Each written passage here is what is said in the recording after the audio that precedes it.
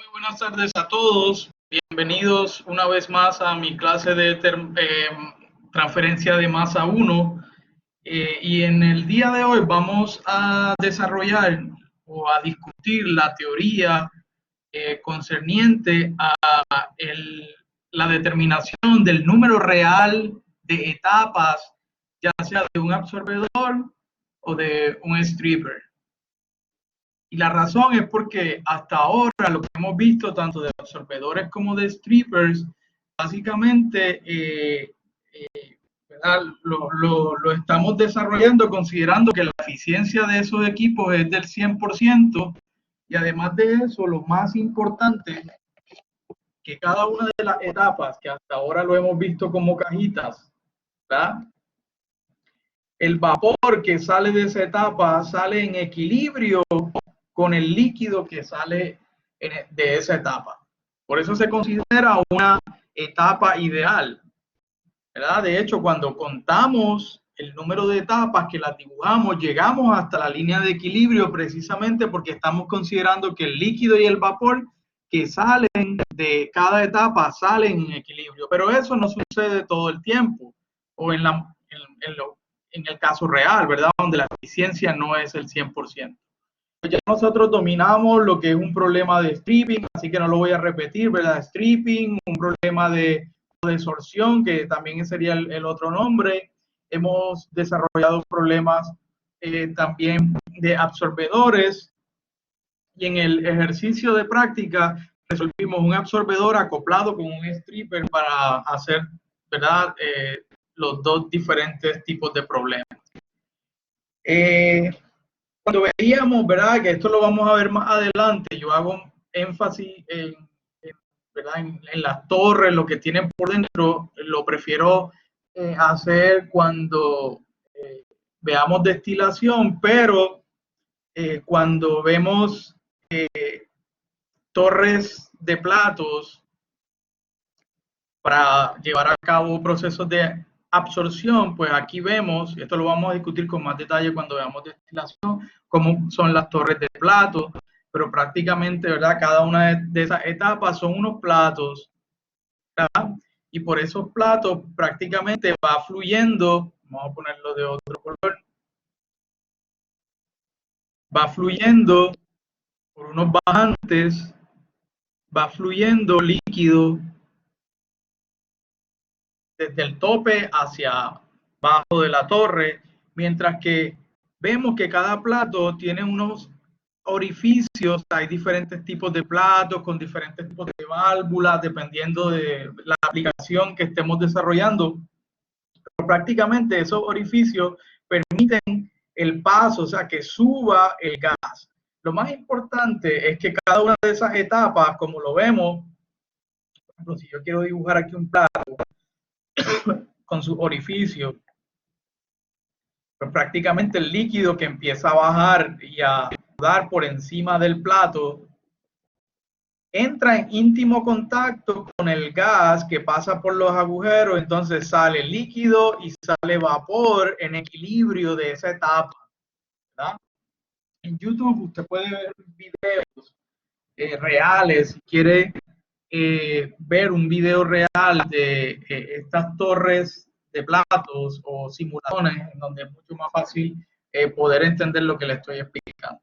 También vemos torres empacadas, como la que usted va a utilizar en el laboratorio, ¿verdad? Que tenemos en la universidad, en donde tenemos una torre empacada. De nuevo, vamos a ver cuando veamos más adelante tipos de empaques, que lo vamos a ver para el examen final. Vamos a hablar de los diferentes tipos de empaques, de cómo esos empaques han ido evolucionando desde ser piedras no, vidrio roto, pedazos de madera, arcilla, cerámica, se metía ahí dentro, hasta hoy día con todo esto de 3D printing y todo las tecnologías de fabricación, ahí bien fashion, con estructuras que aumentan el área superficial, pero permiten al mismo tiempo que haya fluido del gas y del líquido a través de esa torre. Vamos a ver también los beneficios de usar o cuándo se recomienda usar torres empacadas para el examen final. Pero por ahora Les puedo adelantar que las columnas empacadas requieren cuando, o el diámetro de estas columnas es menor de 60 centímetros. Cuando la caída de presión debe ser baja, como por ejemplo cuando quiero trabajar al vacío, precisamente para ciertos tipos de compuestos que son bien sensitivos, especialmente a temperatura, cuando hay corrosión, por el uso de cerámicas o materiales poliméricos, y cuando quiero tener bajo acumulación de líquidos dentro de la torre, que es lo que se conoce como el liquid halide. ¿Está bien? Es como si usted midiera en un tiempo determinado, midiera la cantidad de líquido que está dentro de la torre, pues ese es el líquido sostenido dentro de la torre. ¿Está bien? Las de platos se prefieren cuando la acción de líquido-gas es bien bajo, o sea, cuando usted tiene que manejar altos flujos de gas, se prefiere trabajar con torres de plato.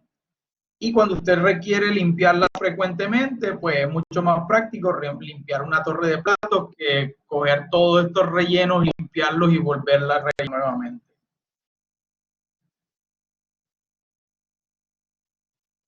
Si no hay otras consideraciones, el costo es el factor principal, como la mayoría de las cosas, ¿verdad?, en ingeniería,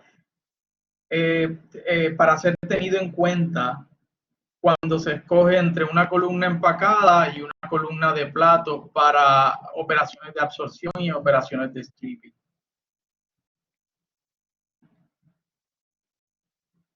El objetivo de la clase de hoy es estimar el número real de etapas requeridas para un absorbedor o un stripper cuando se utiliza el método gráfico. En el diagrama XY, miren que ahora hay un pequeño cambio, ya no vamos a usar la X y Y mayúscula para determinar el número de platos, ahora sí vamos a usar la Y, que es la fracción molar, y X, que es la fracción molar, que usted ha venido trabajando desde balance de materia, para determinar ese número de etapas. ¿Está bien?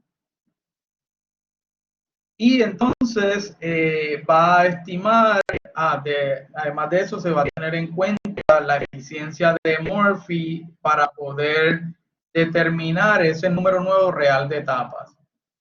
Y una vez ya conozca la teoría, pues va a poder estimar el número real de etapas requerido para un absorbedor o un stripper por el método algebraico.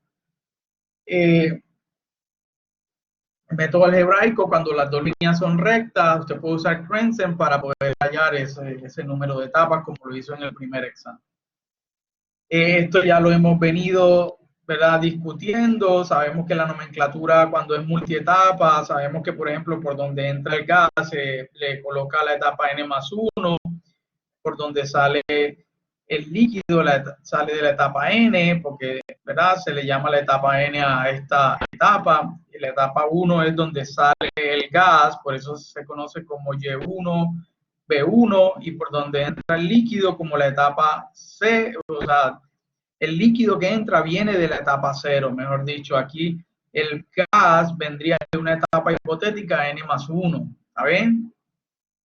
Ahí lo tenemos. Ojo, es bien importante saber que hasta el momento hemos discutido the ideal tray is defined as one where the average composition of all the gas leaving the tray is in equilibrium with the average composition of all the liquid leaving the tray, lo que les decía. Por eso cuando estábamos trabajando con el 100% y yo quería determinar el número de etapas, pues yo tenía que llegar hasta la etapa de equilibrio. Ya eso tenemos que modificarlo porque si vamos a considerar que eficiencia, por ejemplo, es el 80%, pues ya no es ideal, o sea que la etapa ya no puede llegar ¿verdad?, cierto equilibrio. Ya para graficar la etapa no podemos llegar a la etapa de equilibrio porque ya no están saliendo en equilibrio el líquido y el vapor. Lo estoy repitiendo varias veces porque realmente eso es la gran diferencia, ¿verdad?, entre el método de antes que para etapas ideales, donde lo graficábamos en Y y X mayúscula, y entonces sí llegábamos hasta el equilibrio en cada una de las etapas, porque decíamos que el vapor salía en equilibrio con el líquido. Ya eso, si la eficiencia es al 100%, no puede suceder. Eso es lo que quiere decir que ahora necesitamos dibujar una nueva línea. ¿Está bien? Que vamos a ver cómo se llama esa nueva línea. Antes de eso, pues la corrección la vamos a hacer basados en un número. O sea, yo le voy a decir, determine el número de etapas para este proceso que opera a un 80% de eficiencia, por ejemplo. ¿Está bien? Esa eficiencia, the trade efficiencies and real trade by graphical method. Básicamente usted va a ver que vamos a hablar del EOG.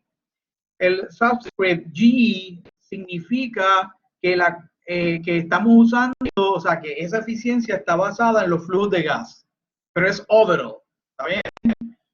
Y the O emphasize that it's orbital resistant to mass transfer for both phases, but en términos del gas, que eso fue lo primero que vimos, ¿verdad? Cuando vimos en el capítulo 3 que la resistencia se puede expresar o en términos del líquido o en términos del gas. Entonces, viendo este bajante aquí de uno de los platos, pues prácticamente, ¿qué vemos? Vemos, déjenme convertir esto en laptop, que se me olvidó, en tablet, perdón. ¿Qué vemos aquí? Pues vemos algo bien bonito, ¿verdad? Vemos, por ejemplo, que entra al plato de gas. Vamos a suponer que por aquí hay un orificio del plato, del sieve, y por aquí entra gas que tiene una composición local. Ojo, mire que dice local, porque es que nos vamos a imaginar que estamos dibujando como el libro dice lápices, pequeños lápices, como si usted tirara líneas. Y en cada línea del plato viera el fenómeno que yo estoy describiendo ahora específicamente para esta línea. En donde está entrando yn más 1 y está saliendo yn porque sale de la etapa n. ¿Está bien? Mientras que el líquido viene bajando de la etapa del plato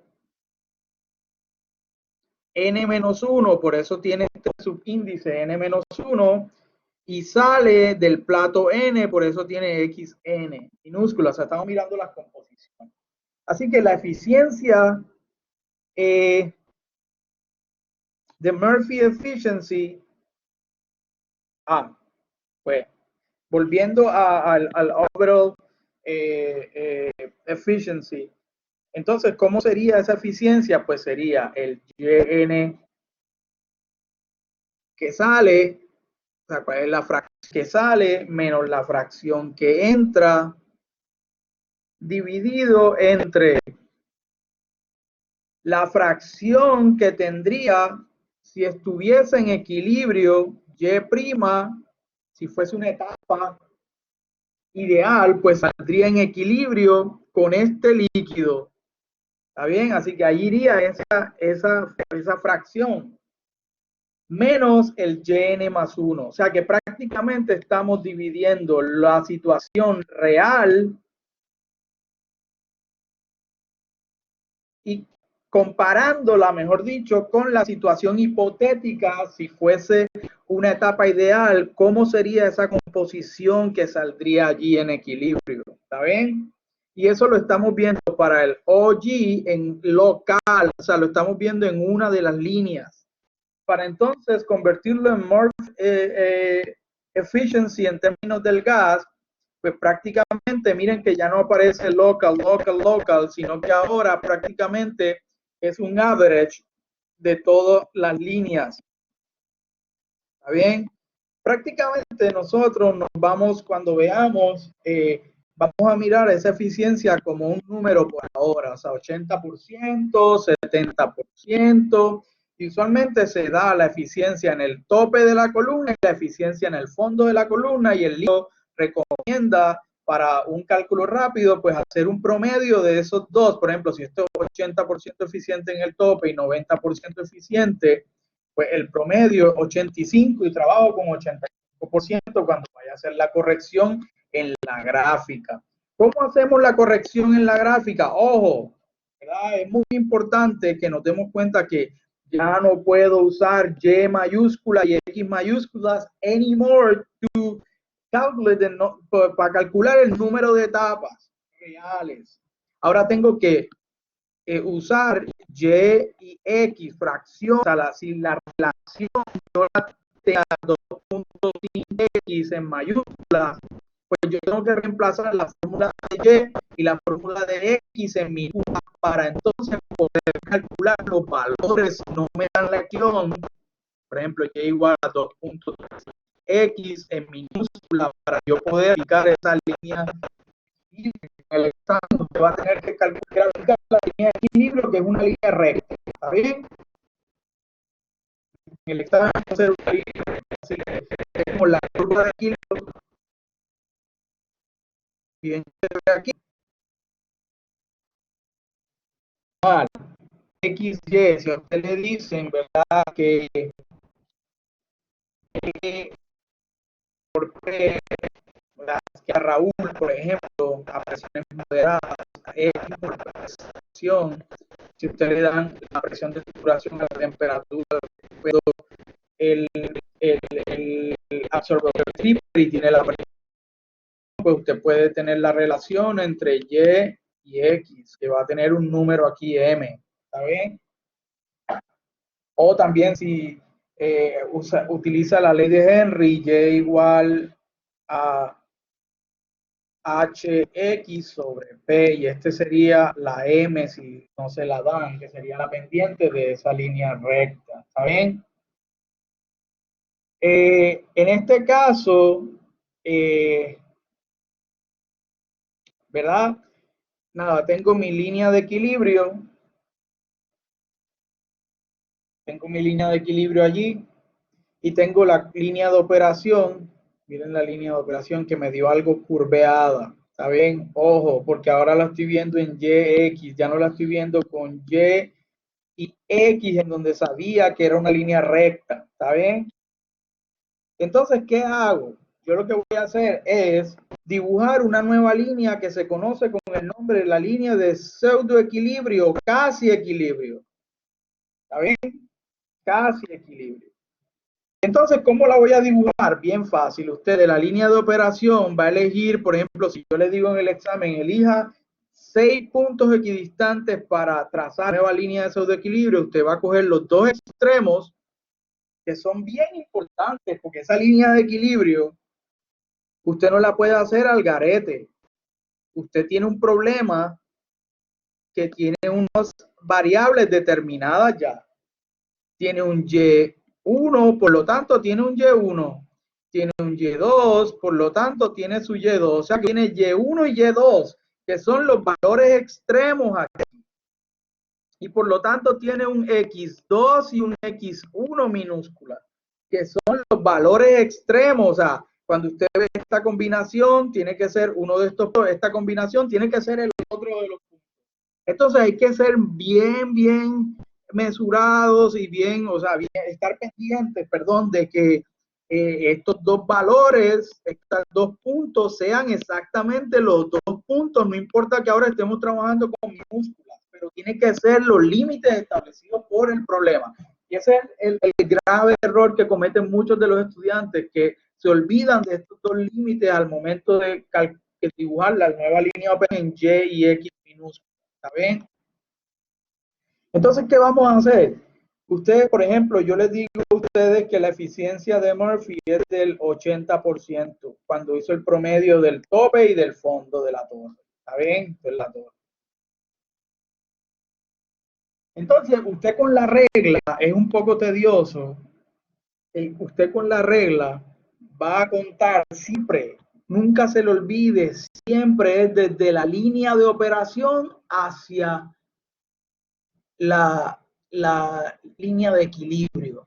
Siempre desde la línea de operación hasta la línea de equilibrio. Vamos a, usted cogió 6 puntos equidistantes, incluyendo los dos límites, es decir, que tiene 2, 3, 4, no me dio equidistante aquí. Tiene estos dos como no tengo, estoy midiendo, 2,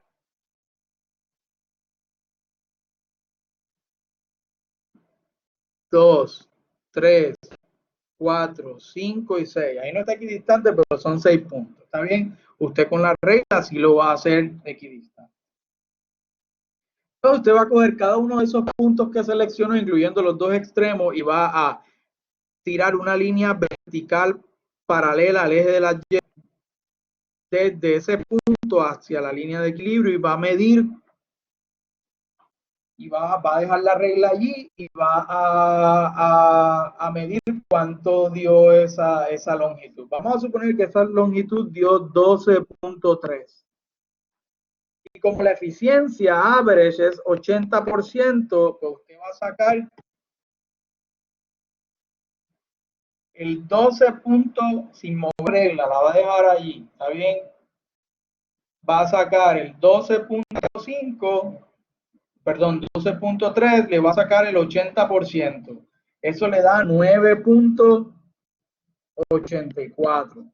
Pues va a contar 9.84 desde aquí hasta aquí. Eso nos dio 9.84, ¿verdad? Va a contar 9.84 desde la línea de operación hacia la línea de equilibrio y ahí va a poner un punto. Luego el otro punto que usted seleccionó, vamos a suponer que sea allí.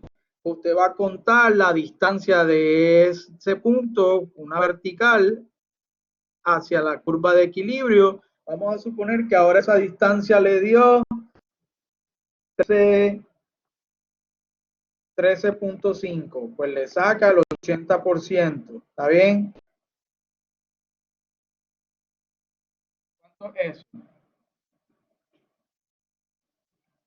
10.8. Pues mide desde este punto, voy a cambiar el color, desde este punto hacia la línea de equilibrio, mide los 10.8 sin mover la regla de ahí, 10.8, y donde le dé va a marcar el punto. Para este va a ser lo mismo, donde le dé va a marcar el punto, y para el último también va a marcar el punto y luego une todos los puntos y tiene su nueva línea de pseudo equilibrio. Y entonces ahora para determinar el número de platos, pues va a contar, va a hacer el stepping. Por ejemplo, si es un absorbedor, como en este caso que está por en la línea de operación está por encima, va de abajo hacia arriba, 1, 2 y 3 etapas. Mire que ahora ya no está llegando a la línea de equilibrio porque no salen en equilibrio el vapor y el líquido de cada etapa. Por eso ahora usted está mirando, obviamente, entre más cerca, porque se acerca a la línea de pseudoequilibrio, se acerca a la línea de operación, porque realmente ahora la eficiencia es más baja, pues el proceso de transferencia es más complicado y voy a necesitar más etapas. Miren que si fuese 100% ideal, sería casi 2 etapas. ¿Está bien? O sea que estoy necesitando más etapas. Y tiene lógica porque ahora es un proceso que no es 100% ideal. ¿Está bien? Ojo, hay que tener cuidado, muchachos, porque he visto gente haciendo el número de etapas entre las dos líneas de pseudoequilibrio y equilibrio y les da un montón.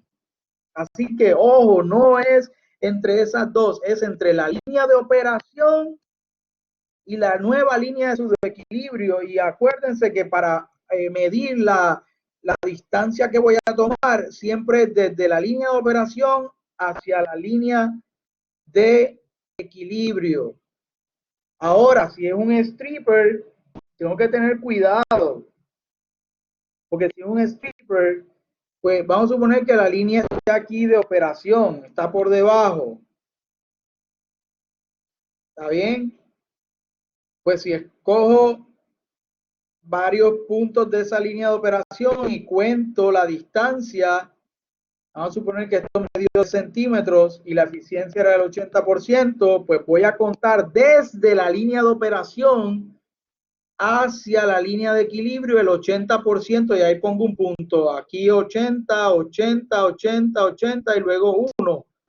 Y entonces ahora sí tiro mi nuevo proceso, ¿verdad? Desde la... ¿Lo hice bien? Miren que me confundí porque hice el step entre las dos etapas de equilibrio y pseudoequilibrio, y no es así. Si la nueva etapa, si usted tenía su nueva línea, una línea de operación aquí,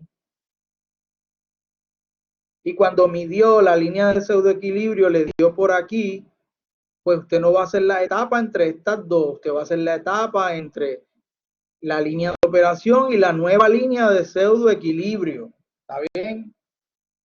Pero contando, usted tiene la línea de operación aquí, cuando mida la distancia, por ejemplo, de este punto a este punto, pues va a contar, si esto es 10 centímetros y la eficiencia es 80%, el 8 centímetros, 8 centímetros o 8 pulgadas, o como usted tenga la regla, lo va a contar de la raya, línea de operación, hasta la línea, hacia la línea de equilibrio, y va a poner un punto allí.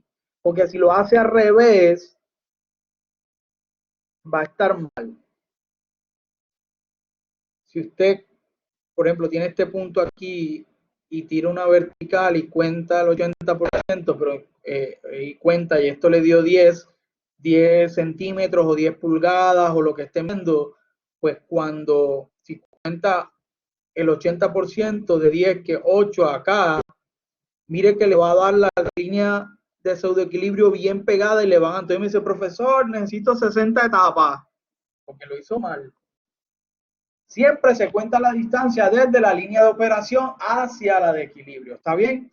Entonces, con esto, luego lo vamos a practicar. Así que, si usted, por ejemplo, quiere calcular el número de etapas, así como lo hacía con Kremser, pues aquí puede hacer lo mismo. El número de etapas lo calcula, pero mire que ahora las fórmulas tienen las X y las Y minúsculas.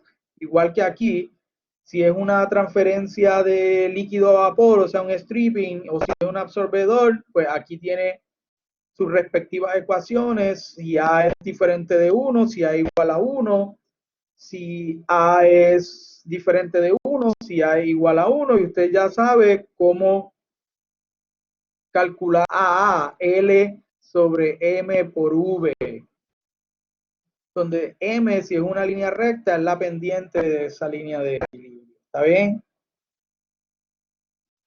Listo. Ahora usted va a resolver la solución de este problema. Usted lo va a entregar y lo va a meter en un bolsillo para que practique para el examen que viene. La solución ya está en Blackboard, pero por favor no la mire.